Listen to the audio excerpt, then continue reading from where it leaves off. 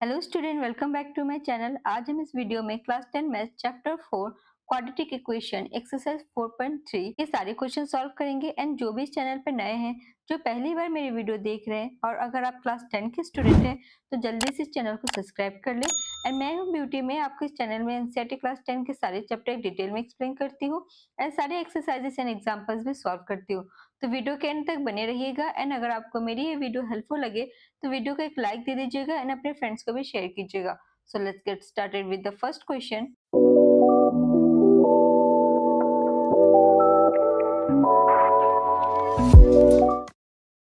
हमारा first question है, find the nature of the roots of the following quadratic equation if the real roots exist find them. तो यहाँ पर equation दिया हुआ है, इसका हमें nature of roots find out करना है। अगर रियल रूट्स एग्जिस्ट हो रहा है तो उसका हमें रूट्स भी फाइंड आउट करना है, मतलब एक्स का वैल्यू भी फाइंड आउट करना है। ओके, तो सबसे पहले हमें पता होना चाहिए कि नेचर ऑफ रूट्स क्या क्या होते हैं। सो हमने क्वाड्रेटिक इक्वेशन के इंट्रोडक्शन वीडियो में पढ़ा था कि जो हमारा डिस्क्रिमिनेंट होता है, क्या होता है डिस्क्रिमिनेंट,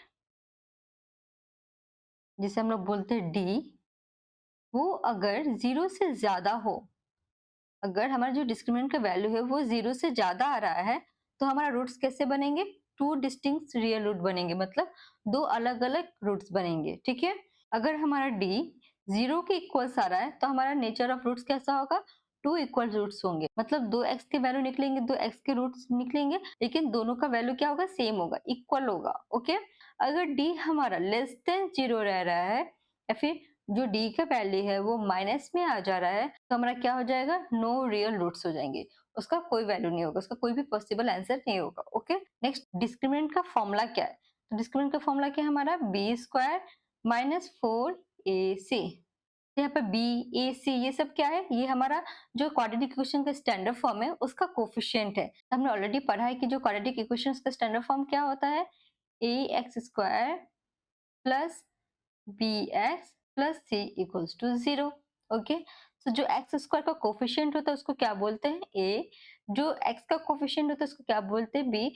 और जो हमारा कांस्टेंट नंबर होता है उसको क्या बोलेंगे हम लोग? सी। तो जो हमारा क्वाड्रेटिक इक्वेशन है वो इसी क्वाड्रेटिक इक्वेशन के स्टैंडर्ड फॉर्म में होना चाहिए, तभी हम इसका nature of roots find out कर पाएंगे और उसका वैल्यू भी फाइंड आउट कर पाएंगे। ओके, सो इस क्वेश्चन में आगे बोला है कि अगर हमारा डिस्क्रिमिनेंट डी का वैल्यू इन दोनों में से कोई एक हो रहा है तो आगे इसका हमें x का वैल्यू भी फाइंड आउट करना पड़ेगा, जिसका फॉर्मूला होता है x equals to minus B plus minus root under B square minus 4ac by 2a। तो यहाँ पर देख पा रहे हैं कि जो हमारा रूट अंडर में बी स्क्वायर माइनस 4ac है वो किसके इक्वल से? d के इक्वल से हमने यहाँ पर पढ़ा था। तो हम इसको हम ऐसे भी लिख सकते हैं, x equals to minus B plus minus root under D by 2a। क्योंकि हम ऑलरेडी डिस्क्रिमिनेंट का वैल्यू फाइंड आउट कर चुके होंगे तो हम लोग डायरेक्ट क्या करेंगे? इस बी स्क्वायर माइनस 4ac की जगह पर हम क्या लिख देंगे? डी का डिस्क्रिमिनेंट का वैल्यू लिख देंगे। ओके, तो ये थे हमारे कुछ इंपॉर्टेंट पॉइंट्स, इसी को फॉलो करते हैं हम लोग एक्सरसाइज 4.3 को सॉल्व करेंगे और ये सारे पॉइंट्स हमारे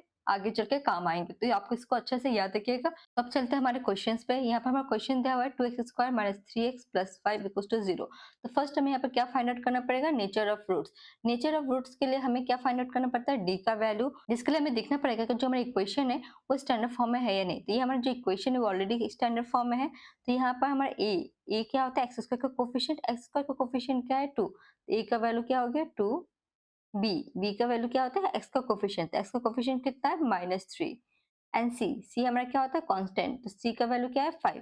तो हो गया 5। ओके, तो हमारा डिस्क्रिमिनेंट का फॉर्मूला क्या होता है? D equals to B square minus 4ac। तो डी इक्वल्स टू बी हमारा क्या है? -3 का स्क्वायर माइनस 4, ए क्या है हमारा? 2 एंड सी क्या है हमारा? 5। ओके, अब इसको आगे सॉल्व करते हैं। डी इक्वल्स टू 3 का स्क्वायर कितना होता है? 9 माइनस 4 5 जा 20, 22 जा 40।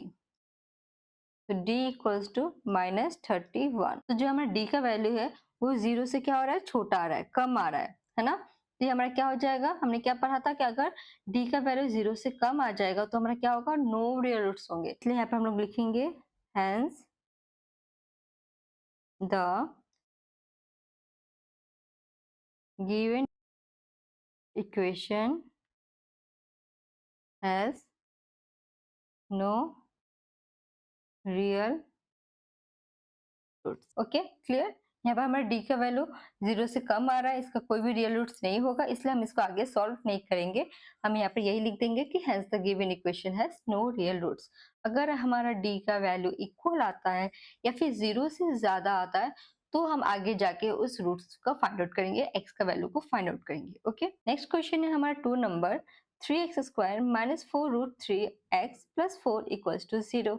सो यहाँ पे भी हमारा जो इक्वेशन है वो स्टैंडर्ड फॉर्म में दिया हुआ है, तो यहाँ पे हम लोग a का वैल्यू लिख लेते हैं 3, b का वैल्यू लिख लेते हैं -4/√3 एंड c का वैल्यू लिख लेते हैं 4। तो हमारा डिस्क्रिमिनेंट का फॉर्मूला क्या होता है, d equals to b² minus 4ac। तो d इक्वल्स टू b हमारा क्या है -4√3 का स्क्वायर माइनस 4, ए क्या हमारा 3 एंड c क्या हमारा 4। तो d इक्वल्स टू, तो 4 का स्क्वायर कितना होता है 16 एंड स्क्वायर से रूट कट गया तो कितना बचा 3, माइनस 4 3 जा 12, 12 4 जा 48। तो d इक्वल्स टू 16 3 जा 48 माइनस 48, d इक्वल्स टू 0। तो हमने क्या पढ़ा था, अगर d का वैल्यू 0 के इक्वल्स आ जाएगा तो हमारा कैसे रियल्स होंगे, 2 इक्वल रियल रूट्स बनेंगे। यहाँ पर हम लोग लिखेंगे hence the roots are real and equal.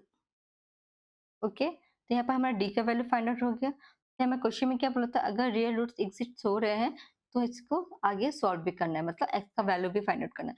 तो यहाँ पर हमारा रियल रूट्स एग्जिस्ट हो रहे हैं, यहाँ पर हमारा जो रियल रूट्स है वो कैसे बनेंगे, 2 इक्वल्स रियल रूट्स बनेंगे। इसलिए हम यहाँ पर आगे सॉल्व करते हुए लिखेंगे नाउ यूजिंग द फॉर्मूला, हम कौन सा फॉर्मूला यूज करेंगे, एक्स का फॉर्मूला। तो X equals to minus B plus minus root under b² minus 4ac by 2a। तो माइनस बी का वैल्यू क्या है हमारा -4√3, यहाँ पर ऑलरेडी माइनस था, प्लस माइनस 20 का -4 से हम लोग क्या लिख सकते हैं, डी का वैल्यू क्या था हमारा 0 बाई 2 मल्टीप्लाई ए का वैल्यू क्या है हमारा 3, माइनस माइनस प्लस 4√3 बाई 3 2 जा 6, तो 2 2 जा 4, 2 3 जा 6। तो यहाँ पर हमारा क्या बच रहा है 2√3 बाई 3। तो हमारा आंसर यहाँ तक भी हो सकता है। अगर आप इसको और आगे सॉल्व करेंगे तो इसका आंसर कैसे निकलेगा, 2 मल्टीप्लाई √3 बाई 3 को हम लोग क्या करेंगे, √3 मल्टीप्लाई √3 लिख देंगे। √3 मल्टीप्लाई √3 क्या होता है हमारा 3 होता है, इसलिए मैंने 3 को ब्रेक करके √3 मल्टीप्लाई √3 लिख दिया और ये हमारा कट हो गया, तो हमारा वैल्यू क्या आ गया 2/√3। ओके, यहाँ पर हम लोग लिखेंगे हेंस द इक्वल रूट्स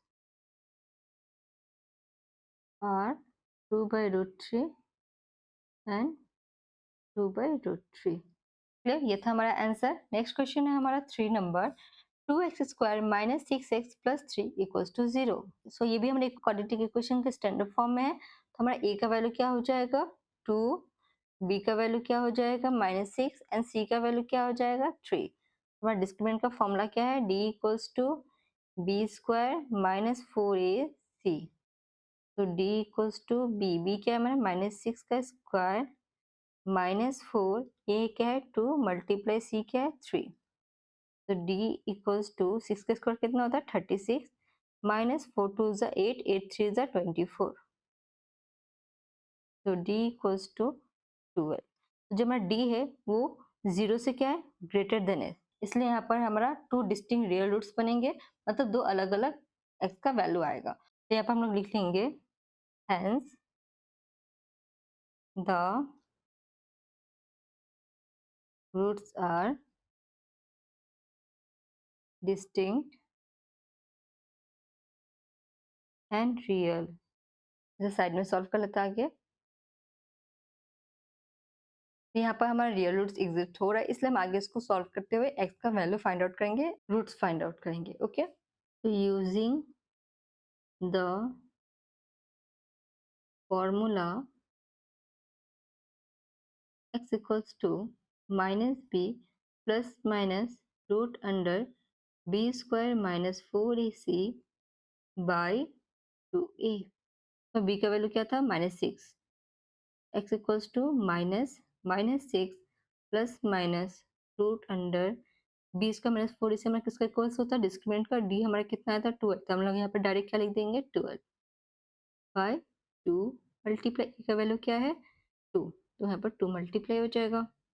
तो x equals to minus minus plus 6 plus minus root under 12, तो हम लोग रूट हटाने के यहाँ पर क्या करेंगे 12 का एलसीएम कर लेंगे, तो 2 6 जा 12, 2 3 जा 6, तो x equals to minus minus plus 6 plus minus 12 को हम लोग अगर ब्रेक करेंगे तो क्या हो जाएगा 2 मल्टीप्लाई 2 4, 4 3 जा 12 बाई 2 2 जा 4, तो x equals to 6 plus minus 2 यहाँ पर हमारा पेयर में आ रहा था, हमारा 2 बाहर आ जाएगा, यहाँ पर रूट अंडर क्या रहेगा 3 बाई 4, x इक्वल्स टू यहाँ पर हम लोग क्या करेंगे 2 कॉमन ले लेंगे, 2 कॉमन आ गया, यहाँ पर क्या बचा 3 प्लस माइनस रूट 3 बाई 4, तो 2 1 जा 2, 2 2 जा 4, तो हमारा x का वैल्यू क्या आ रहा है 3 प्लस माइनस रूट 3 बाई 2, तो यहाँ पर हमारा 2 साइन 1 प्लस 1 माइनस, मतलब एक x का रूट्स कितना आ रहा है 3 प्लस रूट 3 बाई 2, एंड दूसरा क्या आ रहा है 3 माइनस रूट 3 बाई 2, सो ये हमारे दो डिस्टिंक्ट रियल रूट्स निकल गए। ओके, नेक्स्ट क्वेश्चन है हमारा 2 number, find the value of k for each of the following quadratic equation so that they have two equal roots. So ये इक्वेशन ऑलरेडी स्टैंडर्ड फॉर्म है, तो यहाँ पर हमारा a इक्वल्स टू क्या हो जाएगा 2, b इक्वल्स टू क्या हो जाएगा k, and c equals to क्या हो जाएगा 3, और यहाँ पर क्या मेंशन किया है कि टू इक्वल रूट्स, मतलब हमारा डिस्क्रिमिनेंट जब इक्वल्स 0 होता है तभी हमारा कैसा रूट का नेचर होता है, टू इक्वल रूट्स होता है, मतलब d इक्वल्स टू 0, तो d का हमारा फॉर्मूला क्या है b square minus 4ac equals to 0, तो b का वैल्यू क्या है हमारा k, तो k square minus 4 multiply a क्या है 2 मल्टीप्लाई c क्या है 3 इक्वल्स टू 0, तो k स्क्वायर माइनस 4 2 जा 8, 8 3 जा 24 equals to 0, k square equals to 24 इधर आ जाएगा तो प्लस 24 हो गया, तो स्क्वायर ये है इक्वल्स टू किधर जाएगा तो क्या आ जाएगा रूट, तो k इक्वल्स टू 24 का अगर हम लोग ब्रेक करेंगे तो क्या होगा 2 2 जा 4, 4 2 जा 8, 8 3 जा 24, तो 2 मल्टीप्लाई 2, 2 का स्क्वायर से रूट किया तो हमारा 2 बाहर आ जाएगा, तो k equals two plus minus 2, अंदर क्या बचा 3 2 जा 6, ये हमारा फाइनल आंसर, हमारा k का वैल्यू क्या आ रहा है plus minus 2 root 6। Okay, next question है हमारा 2 number, kx multiply x minus 2 plus 6 equals to 0, तो हमारा जो इक्वेशन है वो क्वाड्रेटिक इक्वेशन का स्टैंडर्ड फॉर्म में नहीं है, तो इसको स्टैंडर्ड फॉर्म में पहले लाएंगे, फिर जाके इसका हम लोग k का वैल्यू फाइंड आउट करेंगे, तो kx multiply x is kx square minus kx multiply 2 is 2kx plus 6 equals to 0। अब ये इक्वेशन हमारे क्वाड्रेटिक इक्वेशन के स्टैंडर्ड फॉर्म में आ रहा है, तो यहाँ पर हमारा a का वैल्यू क्या हो जा रहा है a, b का वैल्यू क्या आ जा रहा है -2k, एंड c का वैल्यू क्या आ जा रहा है 6, तो हमें पता है कि जो डिस्क्रिमिनेंट होता है वो किसके इक्वल्स होता है टू इक्वल रूट्स, मतलब 0 के इक्वल्स होता है, तो हमारा d का फॉर्मूला क्या होता है b square minus 4ac equals to 0, b क्या हमारा -2k, तो -2k स्क्वायर माइनस 4, a क्या हमारा k, एंड c क्या हमारा 6 इक्वल्स टू 0, तो 2 का स्क्वायर कितना हो जाएगा 4k square minus 4 6 24k equals to 0, तो यहाँ पर हमारा k कॉमन आ रहा है तो हम k को कॉमन ले लेंगे, तो k कॉमन आ गया तो हमारा क्या बचा 4k माइनस 24 इक्वल्स टू 0, तो k मल्टीप्लाई इक्वल्स टू कितना जाएगा तो क्या हो जाएगा 0 से डिवाइड, तो क्या हो जाएगा हमारा 0, यहाँ पर हमारा क्या बच गया 4k minus 24 equals to 0, 4k equals to 24, इसे साइड में सॉल्व कर लेते हैं, तो क्या हो जाएगा हमारा k इक्वल्स टू 24/4, तो k इक्वल्स टू 6, हमारा k का वैल्यू क्या आया 6 है। ओके, यही हमारा फाइनल आंसर। नेक्स्ट क्वेश्चन है हमारा 3 number, is it possible to design a rectangular mango grove whose length is twice its breadth and the area is 800 meter square, if so find its length and breadth। तो यहाँ पर पूछ रहा है कि क्या है पॉसिबल है यहाँ पर कि जो रेक्टेंगुलर मैंगो का जो ग्रोव जंगल बना रहा है डिजाइन करना है, जिसका लेंथ उसका ब्रेथ से 2 गुना है और इसका एरिया कितना है 800 मीटर स्क्वायर है। अगर पॉसिबल है तो लेंथ एंड ब्रेथ का वैल्यू फाइंड आउट करने बोला है। फर्स्ट यहाँ पर हम लोग लेंथ एंड ब्रेथ को लेट कर लेते हैं, यहाँ पर हम लोग लिखेंगे late breadth of the rectangular be x meter, then the length of rectangular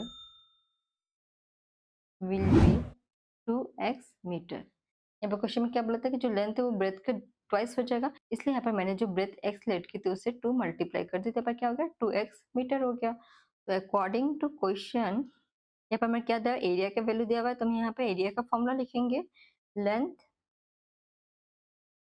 multiply breadth equals to area. हमारा लेंथ कितना है 2x, ब्रेथ कितना है x, इक्वल्स टू एरिया कितना है 800। तो 2x multiply x is 2x square equals to 800।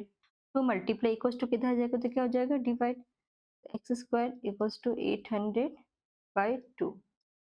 तो x square equals to 400, square equals to किधर जाएगा तो क्या हो जाएगा रूट हो जाएगा। तो x equals to root under 400, तो x इक्वल्स टू 20। हमारा x का वैल्यू कितना आ गया 20। हमने x कैलकुलेट किया था स्टार्टिंग में x इक्वल्स टू ब्रेथ, तो हमारा ब्रेथ का वैल्यू अगर 20 निकला तो हमारा लेंथ का वैल्यू क्या आ जाएगा 2x, मतलब 2 मल्टीप्लाई 20 इज 40। यहाँ पर हम लोग साइड में लिखेंगे hence the rectangular mango Grove is possible to design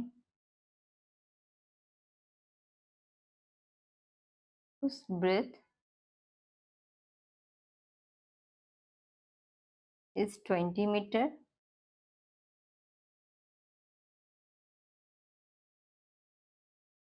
and length is 40 meter। Okay clear. तो हमारा ब्रेथ का वैल्यू कितना आ रहा है 20 और हमारा लेंथ कितना हो जा रहा है 40 मीटर। तो ये था हमारा फाइनल आंसर। नेक्स्ट क्वेश्चन है हमारा 4 number, is it following situation possible, if so determine their present ages। The sum of the ages of two friends is 20 years। 4 years ago the product of their ages in years was 48। यहाँ पर बोल रहा है कि to friends का जो as का सम है वो कितना है 20 years हो रहा है, और 4 साल पहले उन दोनों के एज का प्रोडक्ट कितना था 40 years था। तो हमें यहाँ पर क्या फाइंड आउट करना है, यहाँ पर हमें दोनों फ्रेंड्स का प्रेजेंट एज फाइंड आउट करना है।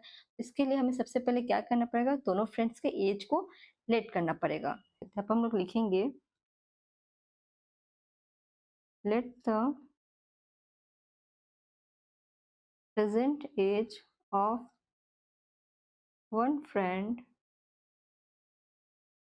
B x years,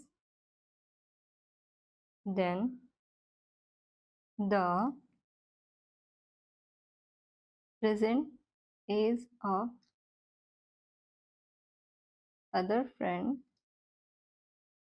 b 20 minus x years। अगर हम दोनों फ्रेंड के एज के सम से फर्स्ट फ्रेंड के एज को सब्सट्रैक्ट कर देंगे तो हमारा क्या मिल जाएगा, सेकंड फ्रेंड के एज मिल जाएगा, इसलिए यहाँ पे मैंने 20 माइनस एक्स लिखा। ओके आगे बोल रहा है कि 4 years एगो मतलब 4 साल पहले, यहाँ पे लिखेंगे 4 years एगो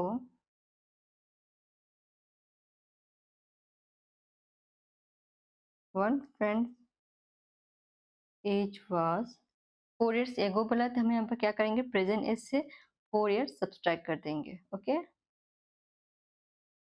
and other friend's age was 20 minus x minus 4, तो इसको आगे सॉल्व करें तो क्या हो जाएगा 20 minus 4 is 16 minus x years. Okay आगे क्वेश्चन में क्या बोल रहा है कि the product of their edges in years was 48, मतलब जो 4 साल पहले उनका एज था उसका प्रोडक्ट कितना आ रहा है 48। यहाँ पर हमारा क्या हो जाएगा according to question x minus 4 multiply 16 minus x equals to 48। जिसको हम लोग आगे सॉल्व करते हैं, x multiply 16 is 16x, x multiply x is x square plus minus minus 4 multiply 16 is minus 16 4 is 64 minus minus plus 4x equals to 48. So 16x plus 4x is 20x minus x square minus 64 48 इधर आ जाएगा तो क्या हो जाएगा minus 48 equals to 0. So 20x minus x square. So minus minus plus, तो 8 plus 4 is 12, 2 1 carry, 6 plus 4 is 10 plus 1 is 11. Digit कौन सा बड़ा 64 तो साइन क्या जाएगा माइनस इक्वल्स टू 0. तो एक्स स्क्वायर का हम लोग फर्स्ट में कर लेते हैं, तो मैं साइड में सॉल्व करती हूँ. Minus x square plus 20x minus 112 equals to 0. Next हम लोग माइनस को कॉमन ले लेंगे तो मैं साइन क्या हो जाएगा ऑपोजिट हो जाएगा. माइनस है तो प्लस, प्लस है तो माइनस एंड माइनस है तो प्लस 112 इक्वल्स टू 0. तो ये जो हमारा इक्वेशन है वो क्वाड्रेटिक इक्वेशन के स्टैंडर्ड फॉर्म में हो गया है. तो हम इसका nature of roots find out करने के लिए डिस्क्रिमिनेंट के फॉर्मूला में इसको सॉल्व करेंगे. तो हमारा ए क्या हो जाएगा 1, बी क्या हो जाएगा -20 एंड सी क्या हो जाएगा 112. हमारा डिस्क्रिमिनेंट का फॉर्मूला क्या था नेक्स्ट पेज में लिखते हैं. तो हमारा डिस्क्रिमिनेंट क्या था D equals to B square minus 4ac. तो डी इक्वल्स टू बी का वैल्यू क्या है -20 स्क्वायर माइनस 4 मल्टीप्लाई ए क्या है 1 एंड सी क्या है 112. तो डी इक्वल्स टू 20 का स्क्वायर कितना होता है 400 माइनस 4 1 जो 4 4 2 जो 8 4 1 जो 4 4 1 जो 4. तो डी इक्वल्स टू -48. तो जो हमारा डी है वो 0 से क्या है लेस देन इट, छोटा है. तो इसका नेचर ऑफ रूट्स क्या बन रहा है नो रियल रूट्स. तो इसका कोई भी रियल रूट्स नहीं होगा, तो ये सिचुएशन पॉसिबल नहीं है. तो यहाँ पर हम लोग लिखेंगे hence no real roots exist.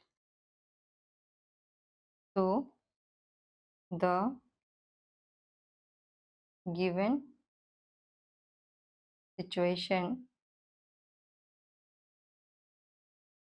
is not possible. Okay यहाँ पर जो हमारा डी का वैल्यू है 0 से लेस देन आ रहा है, छोटा आ रहा है, तो यहाँ पर कोई रियल रूट्स एग्जिस्ट होगा ही नहीं. यहाँ पर एक्स का वैल्यू फाइंड आउट होगा ही नहीं, तो इसलिए हमारा ये सिचुएशन पॉसिबल नहीं है. ठीक है. नेक्स्ट एंड लास्ट क्वेश्चन है हमारा, is it possible to design a rectangular park of perimeter 80 metre and area 40 metre square, if so find its length and breadth. तो बोल रहा है कि क्या ये पॉसिबल है रेक्टेंगुलर पार्क डिजाइन करने का जिसका पेरीमीटर 80 मीटर है और एरिया 400 मीटर है. अगर हाँ तो इसका length and breadth find out करो. इसके लिए हमें सबसे पहले लेंथ एंड ब्रेथ को लेट करना पड़ेगा, फिर पेरीमीटर का फॉर्मूला अप्लाई होगा एंड उसके बाद एरिया का फॉर्मूला अप्लाई होगा. ओके, तो फर्स्ट स्टेप क्या कर लेते हैं लेट कर लेते हैं. Let the length of rectangular part be x, then the perimeter of rectangular part equals to, perimeter का फॉर्मूला क्या होता है हमारा 2 multiply length plus breadth. Okay, तो 2 मल्टीप्लाई लेंथ क्या था x plus breadth equals to perimeter का value क्या देगा 80. यहाँ पे हम लोग क्या लिखेंगे 80. तो 2 मल्टीप्लाई इक्वल्स टू कितना आएगा तो क्या हो जाएगा डिवाइड. तो x प्लस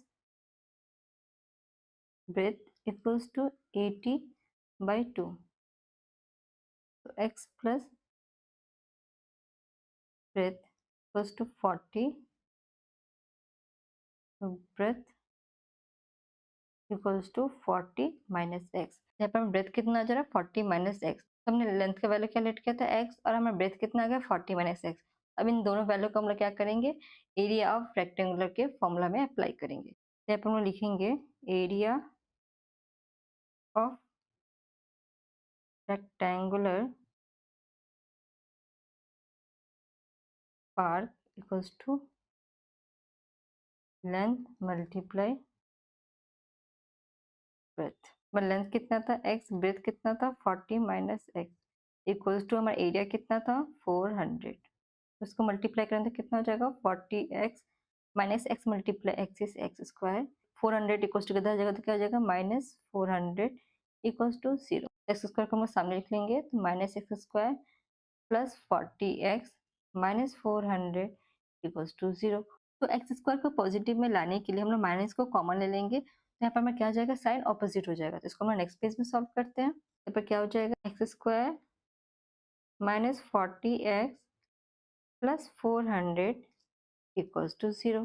तो ये हमारा क्वाड्रेटिक इक्वेशन के स्टैंडर्ड फॉर्म आ रहा है, तो इसको हम लोग क्या कर लेंगे, मिडिल टर्म फैक्टराइजेशन कर लेंगे। तो मिडिल टर्म फैक्टराइजेशन करने के लिए हमें a को c से मल्टीप्लाई करते हैं। a कितना है 1 और यहाँ पे c कितना है 400। सो 1 मल्टीप्लाई 400 इज 400। 400 का हम लोग फैक्टराइजेशन कर लेते हैं। तब क्या हो जाएगा, 2 2 से 4, 2 1 से 2, 2 5 से 10, 3 से 4, 2 5 से 10, 5 5 से 25। तो हमें ऐसा नंबर लाना है जिसको प्लस माइनस करने से 40 है और मल्टीप्लाई करने से कितना है, 400 है। यहाँ पर ट्राई करते हैं। 2 2 जा 4, 4 2 जा 8, 8 2 जा 16 एंड 5 5 जा 25। तो 25 प्लस 16 करेंगे तो कितना आएगा, 11 41 आ रहा है। हमें कितना चाहिए, 40 चाहिए। तो हम लोग क्या करते हैं, 2 2 जा 4, 4 5 जा 20, 2 2 जा 4, 4 5 जा 20। तो 20 plus 20 is 40 and 20 multiply 20 is 400। यहाँ पर क्या दो नंबर आ रहा है, 20 एंड 20। तो चलिए इसको आगे सॉल्व करते हैं। So x square minus 20 plus 20 x plus 400 equals to 0। X square minus 20 x plus minus minus 20 x plus 400 equals to 0। अब इन दोनों में कॉमन क्या है, एक्स, तो एक्स कॉमन ले लेंगे। तो एक्स माइनस 20 माइनस इन दोनों में कॉमन क्या है, 20, तो यहाँ पर 20 कॉमन ले लेंगे तो क्या बचेगा, एक्स प्लस माइनस माइनस 20 से अगर 400 को डिवाइड करें तो कितना आएगा, 20 इक्वल्स टू 0। तो x माइनस 20 और यहाँ पे बचा क्या, x माइनस 20 इक्वल्स टू 0। तो यहाँ से हमें x का दो रूट्स मिलेंगे, x equals to 20 equals to 0 and x minus 20 equals to 0। तो x equals to 20 and x equals to 20। तो यहाँ पर हम लोग लिखेंगे, thus the rectangular park is possible to design so length of park is 20 meter and its breadth equals to 40 minus 20 is 20 meter। तो हमने length calculate किया था, x का वैल्यू कितना आ गया हमारा 20 आया, तो हमारा लेंथ कितना हो गया 20 हो गया, और हमारा ब्रेथ क्या था 40 माइनस एक्स, 40 माइनस एक्स का वैल्यू कितना था 20, तो 40 माइनस एक्स इज 20। तो हमारा लेंथ कितना है 20 और ब्रेथ कितना है 20। तो ये पॉसिबल हो रहा है एक रेक्टेंगुलर पार्क डिजाइन करने के लिए। ओके, तो ये था हमारा क्वेश्चन नंबर 5 का सॉल्यूशन। इसी के साथ हमारा एक्सरसाइज 4.3 कंप्लीट होता है। आई होप आपको अच्छे से समझ में आया होगा। अगर आपको अब भी कोई डाउट है आप मुझे कमेंट सेक्शन में पूछेगा, मैं इसका रिप्लाई जरूर दूंगी। Thanks for watching. मुझे सपोर्ट करने के लिए बीच में एनसीईआरटी फ्री कोचिंग के आइकॉन को क्लिक कीजिए एंड मेरे सारे क्लास 10 मैथ्स के वीडियो देखने के लिए right side class 10 maths playlist को क्लिक कीजिए एंड क्वाड्रेटिक इक्वेशन के इंट्रोडक्शन वीडियो देखने के लिए लेफ्ट साइड के वीडियो को क्लिक कीजिए। मिलते हैं नेक्स्ट वीडियो में, तब तक के लिए keep learning, keep growing, bye bye.